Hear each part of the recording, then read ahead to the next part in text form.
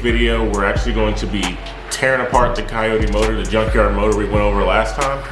We're gonna open it up, pull out the cams and the timing components on this video, and then we're gonna replace the oil pump with a new oil pump, high flow oil pump with billet oil gears, so it'll be stronger and more sturdy. So I'm gonna take you through every step of that. Stay tuned and thanks for watching. Also, while I have this open, I'm just gonna go ahead and remove these spark plugs. So I got a special spark plug socket. I think it's like 5/8, but it has like a little ledge where you can get a little deeper and the spark plug can actually sit on there. I'll show you when I pull one out. But it was like $2 at AutoZone, so I highly recommend it. If you can see down in there, the plugs are in here. And I'm just gonna replace it with new plugs. I don't know when the last time they were replaced or serviced, being that this is a Junkyard motor. So while I have it open, it just makes sense. Since I already had the coils pulled, which you can see them over there actually, just made sense to kind of do it all while I was here.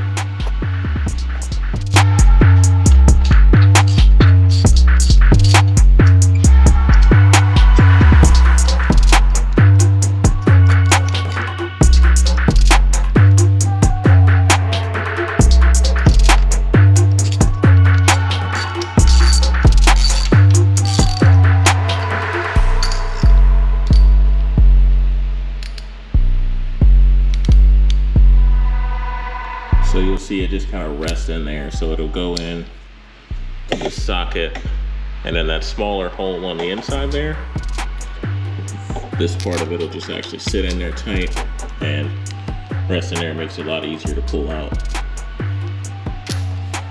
They do sell magnetic ones of these, but I haven't found a need. This one seems to work well for me, so this is all I use.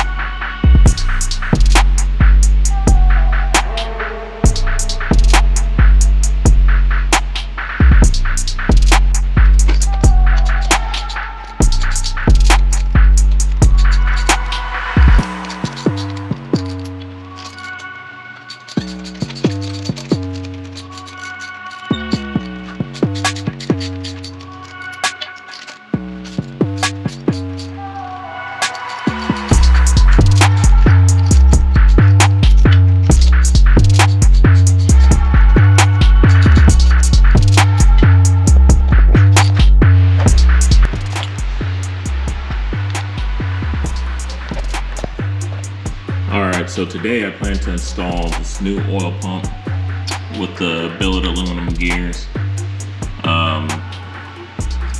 And so in order to do that, of course, I have to remove the timing chains and all of the timing components, which right now I'm just gonna remove them. I have new ones of everything to put back. Here, I'll show you. I have new parts of everything. These are Mustang phasers. So I have new stuff to put everything back on.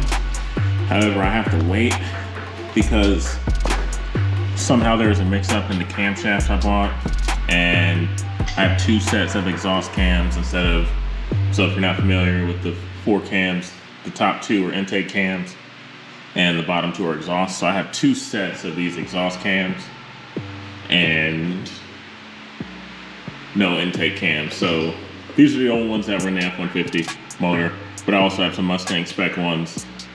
And so right now I have 2 sets of exhaust. I'm trying to work that out and get the new intake cam sent in I wish I would have checked sooner, like before I opened up the engine, but I really just looked to see, when I was initially looking, I was really just looking for any like marring or damage in the cams, not necessarily were they the right ones. I kind of just trusted that I got the right ones, and so that's on me. But once those come in, then I'll put those cams in and reassemble the new timing kit. But for now, I can still get the oil pump out, put the new one in, and I did take off the oil pan just because I need to access these bolts here.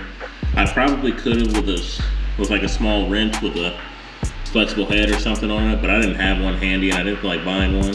And since I have it on the stand, I can just drop off the oil pan. So oil pan over here, a little bit of oil still in it, but obviously learned my lesson from last time when pulling off the water pump. And I have my drain pan, so it's good. But yeah, so stay tuned. I'll show you the install, like the removal of it. It's really not a lot to it, but we'll go through the removal step by step, and you guys can kind of watch through. I'll put any kind of text overlay to explain anything as I'm doing it if it's necessary. But I think, you know, you probably found a few videos out there on this procedure already. So I'll probably breeze through the removal of it and be a little bit more involved on the reinstall.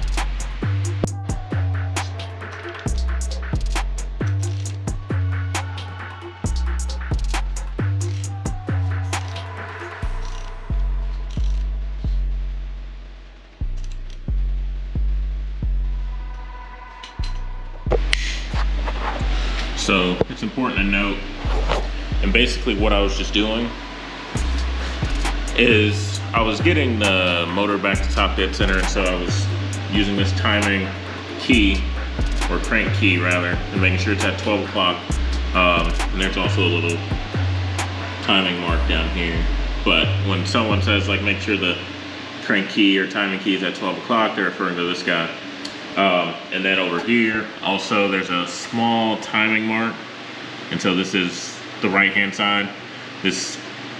So I know it's our left, but from driver's perspective, it's the right-hand side of the motor. And so there's a timing mark here, that's an R and a little mark. And so you wanna make sure that's at the top. If for some reason, like, you know, you have it in and yours is down here or something, that just means you need to do another revolution to go back up to the top, and it'll rotate it. So from here, I can start pulling off, you know, like my tensioner and stuff and the chain, and then there'll be some more rotations to get this one kind of in that same position that we just talked about. And so you'll see me rotate a little more. I think I go either to 5 o'clock or 9 o'clock, I can't remember. But you'll see me rotate it a little more down here and then come back up and remove this stuff.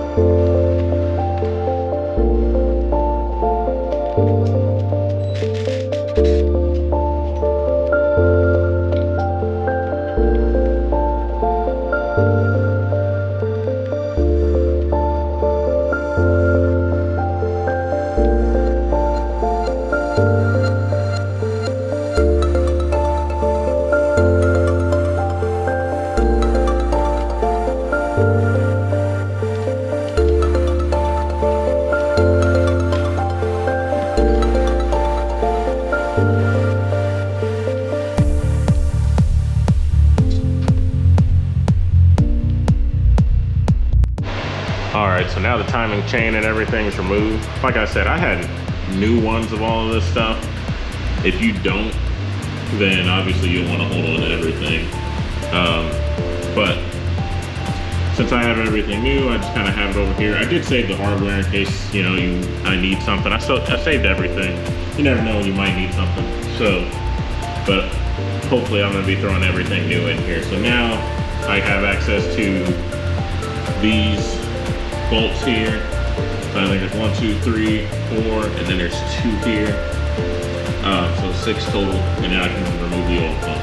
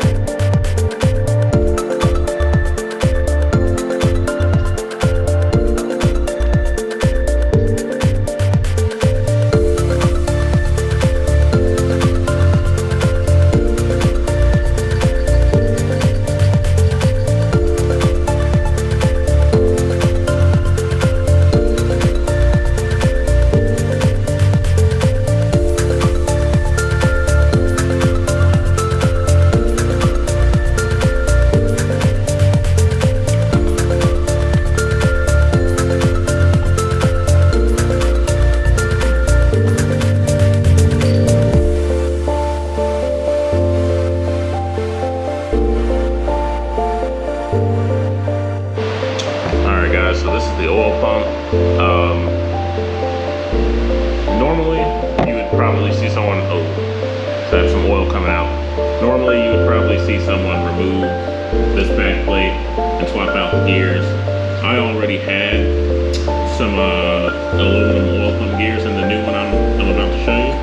So I don't have to do that. I'm just gonna swap out the entire pump assembly, and the new gears are in there as well. All right, so over here is my new oil pump. Like I mentioned, it already has the belly gears in it, and so I don't have to take this cover off and put some new ones in. So I'll be able to put this right back on and replace the bolts, and we'll be good.